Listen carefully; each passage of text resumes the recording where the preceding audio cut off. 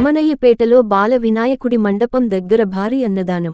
కాకినాడ జిల్లా కిర్లంపూడి మండలం రమణయ్యపేటలో గణపతి నవరాత్రి మహోత్సవాల్లో భాగంగా దొడ్డిముసలయ్య ఇంటి సమీపంలో వెలిసిన బాల వినాయకుని మండపం దగ్గర కమిటీ సభ్యులు భారీ అన్నదాన కార్యక్రమం నిర్వహించారు.